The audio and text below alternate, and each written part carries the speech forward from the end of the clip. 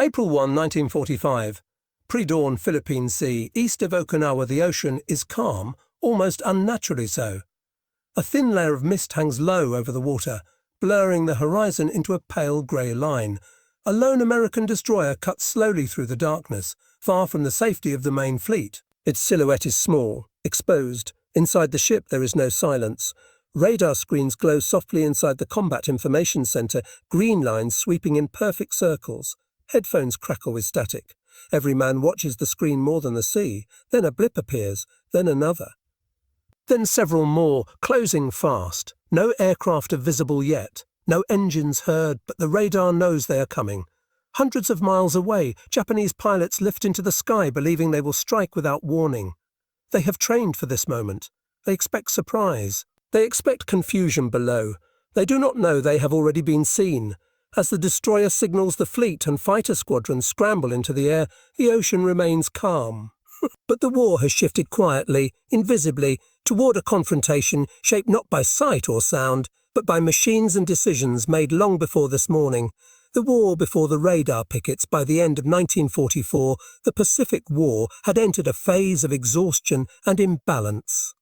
Japan's empire was shrinking. Its navy, once dominant, had been shattered across years of attrition. The great carrier battles of 1942 and 1944 had stripped it of experienced pilots it could never replace. Fuel shortages limited training. Aircraft were increasingly obsolete.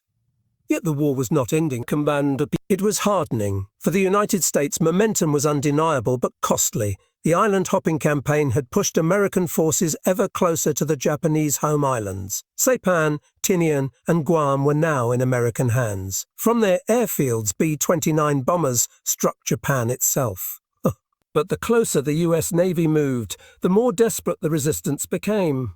In October 1944, during the Battle of Lake Gulf, Japan introduced a tactic born not of strategy, but necessity. Special attack units, Kamikaze, were deployed deliberately, pilots instructed to crash their aircraft into Allied ships. The intention was simple. Trade one life for one ship. Against conventional air defences, the results were alarming. Destroyers, escort carriers, transports, ships not designed to absorb such impacts, burned and sank. The psychological impact was immediate. Kamikaze attacks bypassed traditional concepts of deterrence. Pilots did not evade fire. They accepted death as part of the mission. For American sailors, this changed everything. A plane was no longer something that attacked and escaped. It was a guided missile with a human mind at the controls. By early 1945, intelligence reports confirmed Japan's intentions. Okinawa, just 340 miles from Kyushu, would be defended with everything Japan had left. The island was strategically indispensable. It offered airfields for fighters and bombers. It provided an anchorage for fleets preparing for an invasion of the home islands. Both sides understood this was not just another landing. It was a prelude to the end of the war. Japan concentrated its remaining air power for this moment. Thousands of aircraft, trainers, obsolete fighters, even reconnaissance planes, were modified to carry bombs. Pilots were trained quickly. Many were teenagers. They were told they would strike decisively, overwhelming American defences through sheer determination. The United States Navy, meanwhile, faced a problem it could not ignore. Traditional fleet formations had been designed to counter conventional air attack. Fighters were launched after enemy aircraft were spotted visually or detected by limited radar coverage. Against kamikazes flying low, fast, and often alone, reaction time was dangerously short. Ships were being hit not because defences failed, but because warning came too late. This forced American naval planners to confront a grim reality. If Okinawa was attacked the same way as Leyte, without extended early warning, the fleet would suffer catastrophic losses. The solution would require pushing detection outward, far beyond the main body of ships, into open sea, where there would be no mutual protection.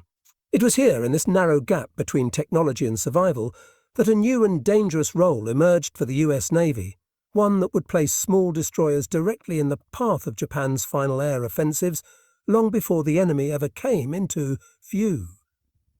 The decision to do so would redefine both defence and sacrifice, demanding a closer look at how radar itself became a frontline weapon. Radar was not new to the US Navy by 1945, but its role was still evolving. Early in the war, radar had been an aid, an extra set of eyes in darkness or fog. By the time Okinawa loomed on the horizon, it was becoming something more, a nervous system for the fleet. Combat information centres known as SIC had transformed how ships fought. Radar contacts were plotted, tracked and identified. Fighter direction officers coordinated intercepts long before pilots could see their targets. For the first time in naval history, decisions were made based on electronic signals rather than visual confirmation. But this system had limits. Radar range was constrained by altitude and curvature of the Earth. Low-flying aircraft, especially kamikazes skimming the waves, could appear with little warning. To extend that warning, detection had to be pushed outward. Naval planners devised a Picket system, a ring of radar-equipped ships stationed miles away from the main fleet. Their task was brutally simple: to see first and die first if necessary. These ships would detect incoming raids early, report bearings and altitude, and vector combat air patrols toward the threat. Destroyers were chosen not because they were ideal, but because they were available. Fast, manoeuvrable, and equipped with radar and radios, they could operate independently. But they were lightly armoured. A single kamikaze hit could cripple or sink them. By March 1945, as Operation Iceberg, the invasion of Okinawa was finalised. Radar picket stations were assigned around the island. Some lay more than 50 miles from the transport areas. Each station typically held 1 or 2 destroyers, sometimes reinforced by smaller radar-equipped landing craft. There would be no battleships nearby, no cruisers, no protective screen. The men aboard these ships knew what this meant. Picket duty was quickly understood as the most dangerous assignment in the fleet. Ships on the line would be the first detected by Japanese reconnaissance. They would draw the heaviest attacks. Survival depended on coordination, air cover, and sheer endurance. For the Japanese, however, this system was poorly understood. Intelligence on American radar capabilities was limited. Kamikaze pilots were trained to fly low, approach unseen, and strike suddenly. Many believed their greatest advantage was surprise. That belief would not survive contact with the radar pickets. As Okinawa's beaches filled with landing craft and the largest amphibious fleet in history assembled offshore, destroyers slipped quietly into position far beyond the horizon. Their radar antennas turned slowly against the night sky, searching for shapes that could not yet be seen. What followed would not be decided by a single battle or moment, but through repeated encounters, each one revealing a different truth about technology, courage, and the limits of sacrifice. Those encounters are best understood not as a single story, but through the perspectives of those who lived them, from isolated American crews to Japanese pilots confronting an enemy they could not see. Radar picket duty stripped naval warfare down to its rawest form. A destroyer on station had nowhere to hide and no one to trade places with. The horizon was empty. The sea was wide. And every man aboard understood that if the radar detected aircraft, they would arrive over his ship first. Life on picket stations was defined by tension rather than action. Crews slept in short shifts. Gun crews stayed near their stations even during quiet hours. The Combat Information Centre never truly rested. When radar contacts appeared, there was no gradual escalation, only immediate crisis. These sailors were not anonymous statistics. They were gunners, radar operators, signalmen, and young officers barely removed from training commands. Many had already seen combat. Few believed luck would protect them indefinitely. Letters home were written with restraint. Fear was present, but professionalism dominated. Orders were followed because they had to be. The Japanese pilot angle, expectation versus reality for Japanese kamikaze pilots, the mission was framed as decisive and pure. Training emphasized resolve, timing, and surprise. They were taught that American defenses could be saturated, that radar was limited. A flying low over water would bring them unseen to the fleet. Yet as sorties increased during Okinawa, something unsettling emerged. Fighters appeared sooner than expected. Intercepts occurred miles from the fleet.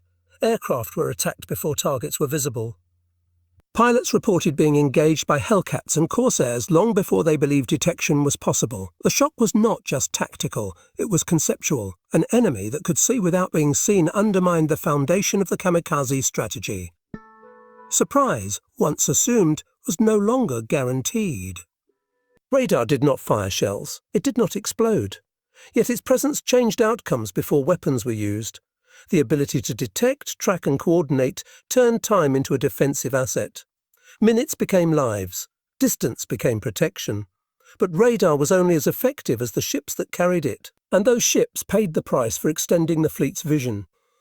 As these realities collided at sea, decisions made by commanders and miscalculations by the enemy would determine how long the radar picket line could hold under mounting pressure. For American naval commanders, radar picket destroyers were not an experiment.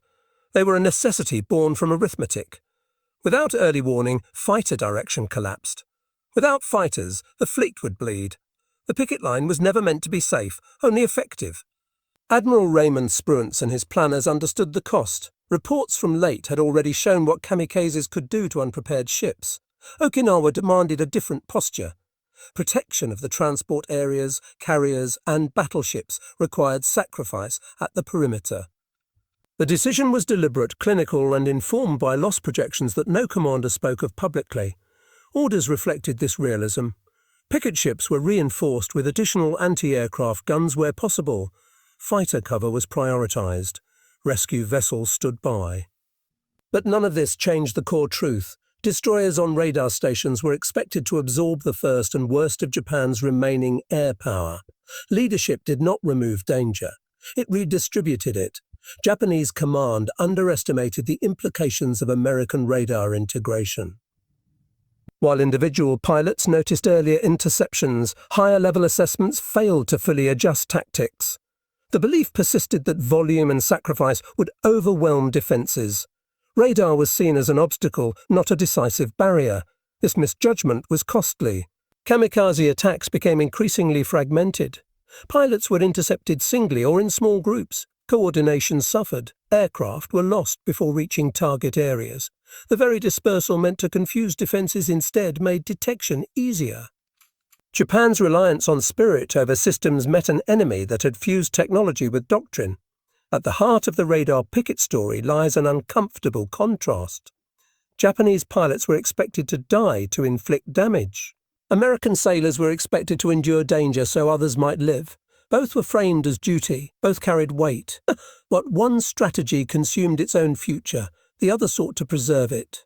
As attacks intensified and ships on the picket line were struck again and again, the confrontation moved beyond theory. The system would be tested not in planning rooms, but under fire, where radar screens lit up faster than guns could reload. That moment arrived as the Okinawa campaign reached its most violent phase, and the sky itself seemed to turn against the sea.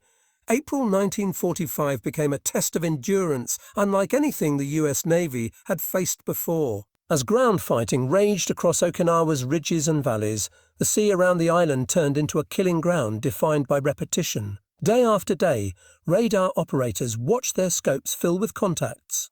Day after day, the picket ships were targeted first. Chikasui, Japan's massed kamikaze offensives, unfolded in waves. On April 6 and 7, the first major strikes descended on the fleet. Hundreds of aircraft approached from multiple directions, some high, many flying low over the water. Radar picket destroyers detected them early, transmitting bearings and altitudes while fighter direction officers scrambled interceptors into the sky. The warning worked. Fighters met many attackers far from the main fleet, but success came at a cost. Kamikazes that broke through often chose the closest target, the picket ships themselves. USS Bush was hit and crippled. US Colquhoun was struck repeatedly and sank with heavy loss of life. USS Emmons, already damaged, was hit again and had to be scuttled. These were not isolated incidents. They were patterns. Ships on the line absorbed multiple impacts in minutes, sometimes fighting fires while still tracking incoming aircraft. For Japanese pilots, the experience was profoundly different from expectations. Aircraft were intercepted sooner. Anti-aircraft fire was denser than anticipated. Many pilots never saw the carriers or transports they had been told to seek. Some diverted to destroyers not as primary targets, but because they were the only ships visible before fuel or damage ended the mission. Radar had changed the geometry of battle. Engagements began farther out. Decisions were made faster. Surprise evaporated under electronic scrutiny. Yet the pressure did not ease. Each successful interception forced Japan to commit more aircraft. Each wave thinned American fighter strength. The sky remained contested, and the picket ships, isolated and burning, continued to transmit until antennas were shot away or power failed. As April wore on, it became clear that neither side could disengage. Japan could not abandon the tactic it had invested everything in. The US Navy could not withdraw the pickets without exposing the fleet behind them. The climax was not a single explosion or sinking, but an accumulation of damage reports, casualty lists, and exhausted crews, building toward a breaking point that would redefine naval defence permanently.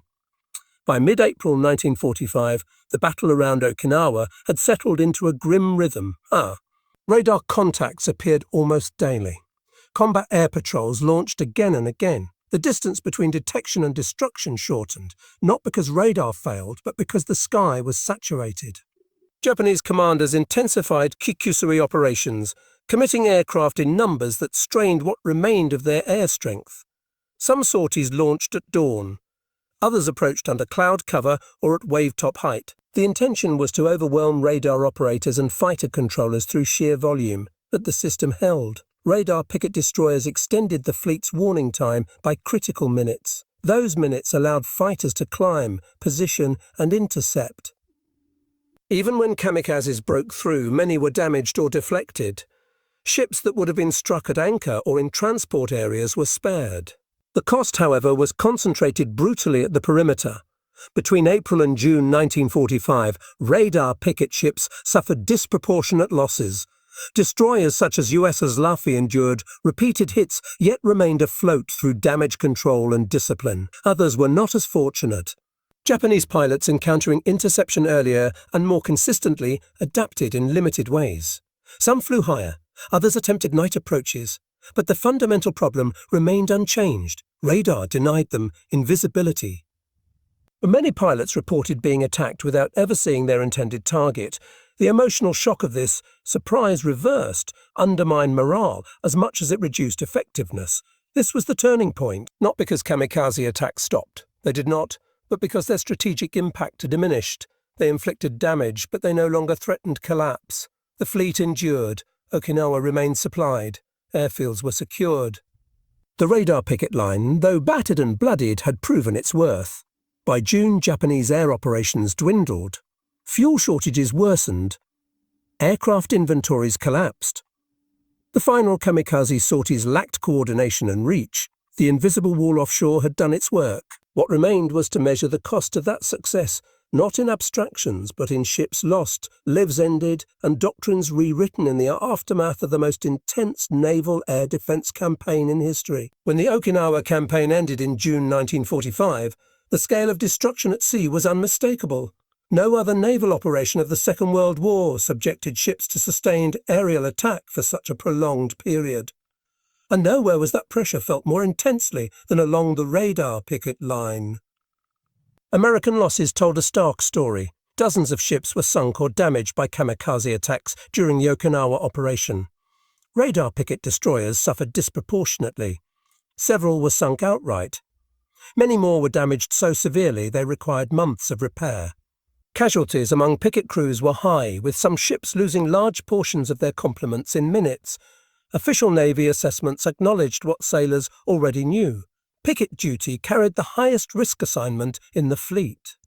Yet those same reports concluded that without the picket line, losses among carriers, transports, and amphibious shipping would have been far worse. The destroyers had functioned as a shield, absorbing impact to protect the body behind it. Thousands of aircraft were lost during the Okinawa campaign.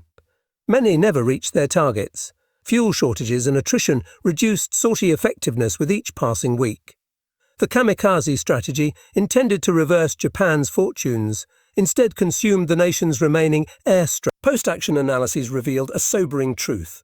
Radar interception accounted for a growing percentage of aircraft losses before ships were even sighted. Fighter direction, enabled by early warning, had stripped kamikaze attacks of their most critical advantage. Yet this was not viewed as a clean victory. Reports from commanders emphasized strain, exhaustion, and psychological toll. Crews rotated off picket duty often showed signs of combat fatigue. The constant expectation of sudden attack left little room for recovery. The Okinawa experience forced the US Navy to confront an uncomfortable paradox. The technology that saved the fleet demanded human endurance at the edge of survivability. Success did not feel triumphant. It felt earned, and it felt costly. As the war's final months unfolded, these lessons would not remain confined to Okinawa. They would shape how future wars were planned and how navies understood the price of seeing first. In the weeks following Okinawa, the US Navy began turning experience into doctrine. The radar picket line was no longer an improvisation born of crisis. It was recognized as a defining feature of modern naval warfare. Early warning, layered defense, and centralized fighter control had proven decisive against the most extreme form of aerial attack yet encountered. Technical evaluations moved quickly. Radar coverage gaps were studied. Equipment failures were catalogued. Communication procedures were refined. The vulnerability of isolated ships was acknowledged, but not as a flaw to be eliminated. Instead, it was treated as a risk to be managed through better integration, heavier air cover, and future ship designs. These lessons extended far beyond World War II. In the early Cold War, radar picket ships evolved into radar picket submarines, airborne early warning aircraft, and eventually satellite-based detection systems. The principle remained unchanged. Survival depended on knowing first. For Japan, the post-war reckoning was harsher. Surviving officers and pilots reflected on kamikaze operations with a mix of grief and clarity. Many acknowledged that technology, not courage, had determined the outcome. Sacrifice had been absolute, but it could not overcome an enemy that had fused machines, training and coordination into a single defensive system. The radar picket destroyers themselves faded quietly from public memory. They did not carry the prestige of carriers or battleships. Their victories were measured in ships not sunk, landings not disrupted, and lives not lost elsewhere. Their legacy was indirect, but profound. By August 1945, when the war finally ended, the oceans around Okinawa had long since fallen silent. Wreckage lay scattered across the seabed. Antennas no longer turned against the sky, but the transformation was permanent. Naval warfare had crossed a threshold. From that point forward, the unseen would always shape the battle before the first shot was fired. What remained was to understand what this meant, not just for fleets and nations, but for the people who stood watch on dark seas, trusting a glowing screen to tell them when death was approaching. Long after the last kamikaze aircraft fell into the sea, the meaning of the radar picket line endured. It did not endure as legend or spectacle, but as a lesson written into the structure of modern warfare. The sailors who stood watch on those distant stations rarely saw the full fleet they protected. They saw empty horizons, glowing screens, and sudden violence. Their contribution was measured not in victories celebrated, but in disasters prevented. The absence of catastrophe became their success. For the Japanese pilots who encountered radar-guided defences, the war revealed a painful truth. Courage alone could not defeat a system designed to remove surprise. The moment invisibility vanished, sacrifice lost its strategic power. The human will remained, but it no longer decided the outcome. Okinawa marked a transition. War at sea was no longer bound by sight or sound. It moved into realms of signal and interpretation, of data turned into action in seconds. The radar picket destroyers stood at that threshold, bridging an old world of gunnery and a new one of detection. Today, modern navies still operate by the same principle. Early warning remains the first line of defense. Ships, aircraft and satellites now perform roles once held by solitary destroyers rocking on dark water. The sea has not changed. It is still vast, still indifferent. But since Okinawa, it has never been blind again.